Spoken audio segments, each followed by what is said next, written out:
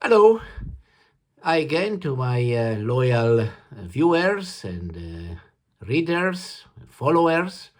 I'm starting a new series, a short one of 3 episodes about the Israeli-US relations, a topic which is big on the agenda of many people in Israel, in the Middle East, in the US, a topic that has become very relevant as a result of recent developments, including what may seem to be and apparently is a change in the tone, at least in the tenor of the Trump administration with regard to Israel and to some Middle East issues.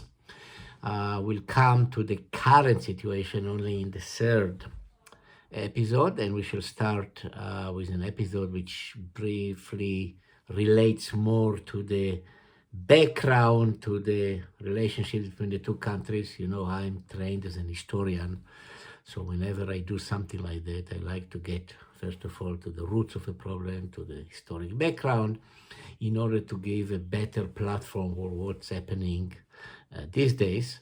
And my historical background conversation in this particular episode is not going too much far back. It is going to the Second World War and what would follow later on, the establishment of the State of Israel and the beginning of the relationship between the two countries. And it will include elements that may not be an historic revelation, but when put all in one context, may be surprising to quite a few of the watchers and readers, because it may put in some perspective some of the notions and the well-established notions about the relationship between the two countries that have always been dubbed, at least in the last few decades, as the special relationships, the unbreakable alliance, the what God knows type of definition given to this relationship by both friends of these relationships and enemies of it.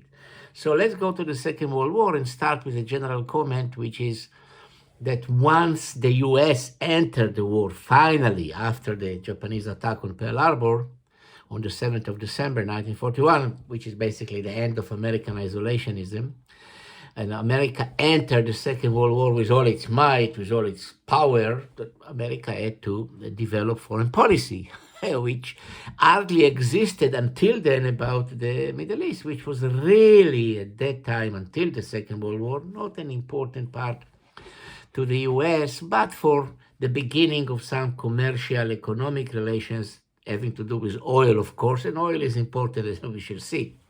So President Roosevelt had to develop an American strategy as to how to deal with current issues during the Second World War and future implications of them, did something which may have been the precedent for other American presidents. He sent a special envoy to the Middle East. His name was Harold Hoskins. He was a military person, former military person, lieutenant colonel, and he had an interesting background.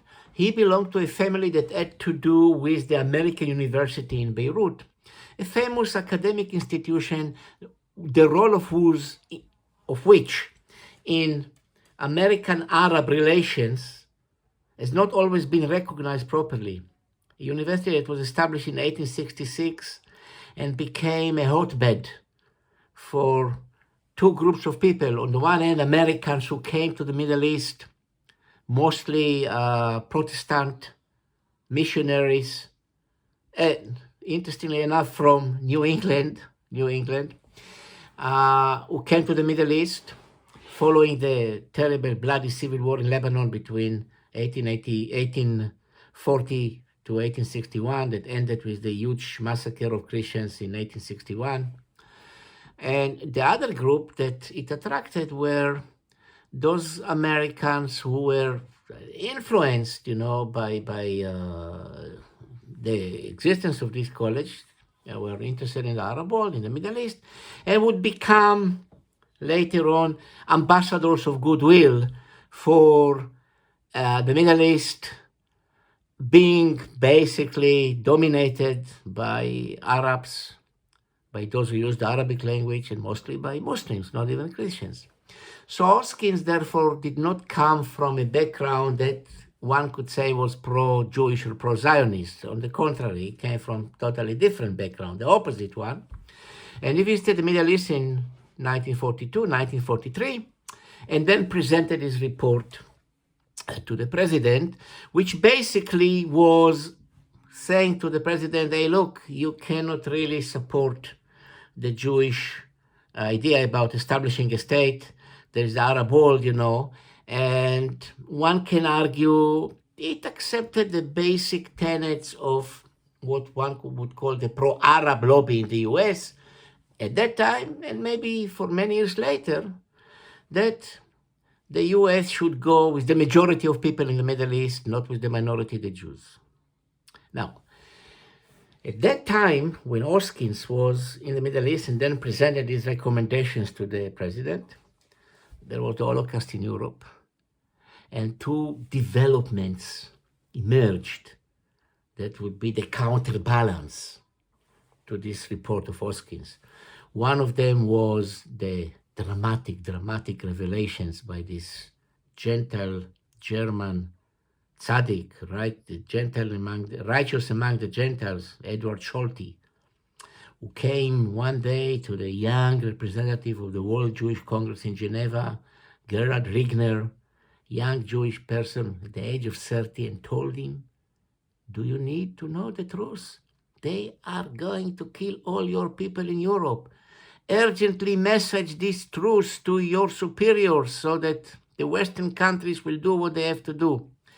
I'm not going to get into all that, just to give it as a background with all the controversies that emerged later on about the reaction of the Roosevelt administration or the lack thereof, the slowness of the reaction.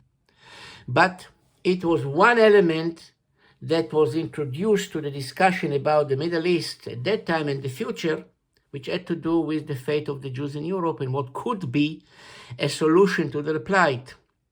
But at the same time also, the Zionist movement reacted, and the famous Biltmore plan that was announced in the Biltmore Hotel of New York, at that time a great place, not anymore, a conference that took place between the 6th to the 11th of May 1942, in which finally, I should say, the leadership or the majority of the official Zionist movement accepted the idea that the future should be a Jewish commonwealth, that's the word they used, in what they called Palestine. Accepted finally what the revisionist side of Zionist movement under the leadership of the great Zev Jabotinsky said for many years earlier, that the final ultimate goal of Zionism is to do exactly that. National liberation movement of the Jewish people and the national homeland of the Jewish people, the land of Israel, or Palestine as they call it, should be a state. So Roosevelt knew that there were pressures from both sides, and in the end of the day, he did not make a big speech in which he repeated the recommendations of Hoskins. He even established later on the refugee board, to save Jews in Europe, which did, by the way, good work. Raoul Wallenberg, the great man, was an agent of this group. But then the next chapter, if you will, in between, there were all kinds of negotiations with the British that also had their committees about what would be the future of the Middle East and Palestine. There was this historic meeting in 14 of February 1945 in the Suez Canal aboard a ship of the American Navy between the president and the king of Saudi Arabia, King Ibn Saud. An historic meeting that established, by the way, the real ongoing historic special relationship between the US and a country in the Middle East, which was the Kingdom of Saudi Arabia. As of 1945, this is the most permanent, this is the most consistent, solid alliance between the US and any country in the Middle East, which may have been shaken, we'll come to that later on in the series, during the 21st century, but still has been and still is the one alliance that can be considered the uninterrupted historic alliance of the US with its new role as the superpower and the Middle East country. all kinds of historians that will tell you this was this result of that meeting, this was that result of that meeting, but since I'm the one who talks to Nurey, I will say to you, this was the deal of oil for protection. The US will defend Saudi Arabia. Saudi Arabia will give oil to the US. That's it. That was the deal. And then the president came back, was almost half dead person. He would die a little bit later on 12th of April 1945, but beforehand, on the 1st of March 1945, he gave his big speech to Congress in which he said the famous statement that in 5 minutes of talk with King Ibn Saud, he learned more about the Middle East than what he had known before, which was in a way a reflection of apparently his inner thoughts, but also a slap in the face of a lot of people in the Jewish community, people like Rabbi Stephen Wise and others, who believed that Roosevelt was the greatest ever supporter, friend of the Jewish people. He told something that to this very day is used by many people, particularly on the right side of Jewish and Zionist politics, to indicate that FDR was not exactly the great friend of the Jews it was portrayed to be. And then came Harry Truman. What did he know about the Middle East? Nada, nothing. What did he know about foreign policy? Nada, nothing. But he was a great person, great president, and he knew to make decisions. And he had to make decisions about the question of Palestine on two accounts. First of all, what to do with the Zionist demand to allow refugees from Europe to go to their historic homeland as their final refuge after what happened. The British said no. The Americans put pressure to allow 100,000 to come. But then had to be done the most important decision. Should America support or not the establishment of a Jewish state in Palestine? And he made the resolution that America should support the partition plan as was proposed by a UN inquiry that was approved by the General Assembly in the historic decision on the 29th of November 1947, which was accepted by the Zionists, the majority of them, but as an official position, and was rejected by all the Arabs, the Palestinian Arabs and the Arab states. The question was it really the final decision of Truman? Would he go along with it and support this Jewish state once it's being declared? As the Zionists said, it would be declared the last day of the British mandate over Palestine, which was supposed to be the 15th of May 1948. They were supposed to declare it on the 14th of May because it was the Friday as opposed to the Saturday, which was the 15th of May, the Sabbath. And Truman was under terrible pressures. In January of 1948, he retracted his initial position. He talked about international trustship for Palestine for a while. And there were pressures on him from both sides, including his old Jewish friend and business partner, Eddie Jacobson, on the one hand, as opposed to the Arabs, and as opposed to some of the closest people to him. Chief among them, Secretary of State George Marshall, the great winner of the Second World War, Secretary of State, the architect of the Marshall Plan, who was terribly opposed to the establishment of a Jewish state and to an American recognition of it, and said to the president, I will not vote for you if that's your position. The famous Clark Clifford, a well-known Democratic advisor, told the story, other people told the story, there's no question about it. Truman made his decision. He gave the U.S. recognition to the State of Israel 11 minutes after the declaration made by David Ben-Gurion in Tel Aviv on the 14th of May, 1948. But that did not mean a carte blanche for the Zionists, for the Jews, in what ensued afterwards, the War of Independence, that started with the Arab invasion of 5 Arab armies on the 15th of May to the new established state in order to basically exterminate the Jews, as was predicted by the General Secretary of the Arab League, Azam Pasha, who said in October of 1947, this will be a war of extermination. This was what the Arabs planned for the Jews, the Nakba of the Jews, the destruction of the Jewish state, the extermination of the Jews 3 years after the Holocaust ended, the Second World War, the deportation of the Jews, whatever. And America imposed an embargo on arms to Israel.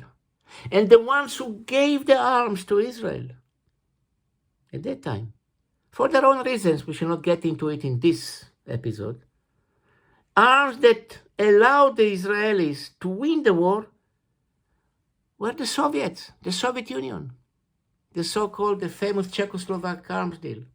That time already Czechoslovakia was under communist control. Interesting. But America recognized Israel, there were diplomatic relations, and then came another turning point. It was the Korean War of 1950. That really divided the world and also divided the ruling coalition in Israel at that time. And not always people are aware of that. Because David Ben-Gurion, the leader of the Mapai party, had partners in the government that were to the left of Mapai. Marxists and Zionists, but very pro-Soviets. And they put pressure on Israel to at least be neutral in the Korean War or even support the Soviet Union. And Ben-Gurion made his historic decision, no way. He gave a famous speech in the Knesset, which also included attack on Joseph Stalin personally, and made the choice, we go with the West.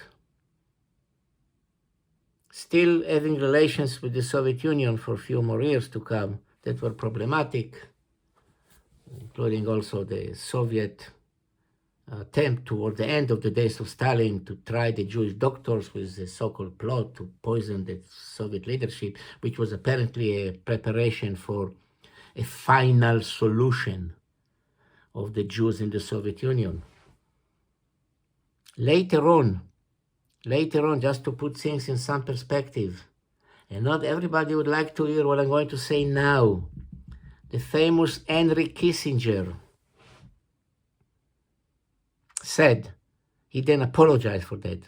When it was published many, many years later, he said in closed sessions when he was in the Nixon administration that the US would not have done anything if the Soviets were to put Jews in concentration camps and get rid of them. Yes, he said it. He then apologized for it. Many, many years later, it was revealed when documents were published that that's what he said. The next episode of the relationships is the Suez War of 1956, when Israel, France, and Britain collaborated in the attack on Egypt's Nasser of Egypt,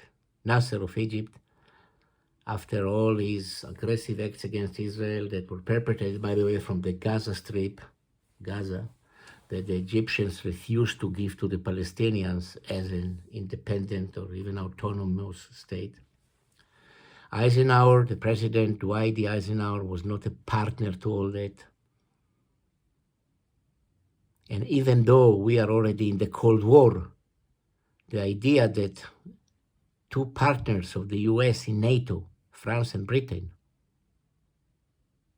would collaborate with Israel in a war that was not coordinated with the US at a time which was few days before the American presidential elections, 1956, and while the Soviets were engaged in their situation in Hungary, that was against the sense of Eisenhower that he was no more just the commander-in-chief of the Allied forces in Europe as it was in the Second World War. He was now the head of the free world.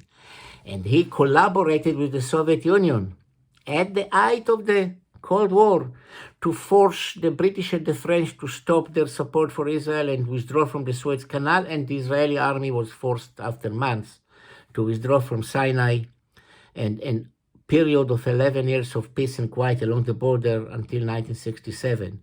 In January of 1957, Eisenhower published the Eisenhower Doctrine, which was an attempt to counterbalance all this by basically saying it wasn't because we liked Nasser what we did.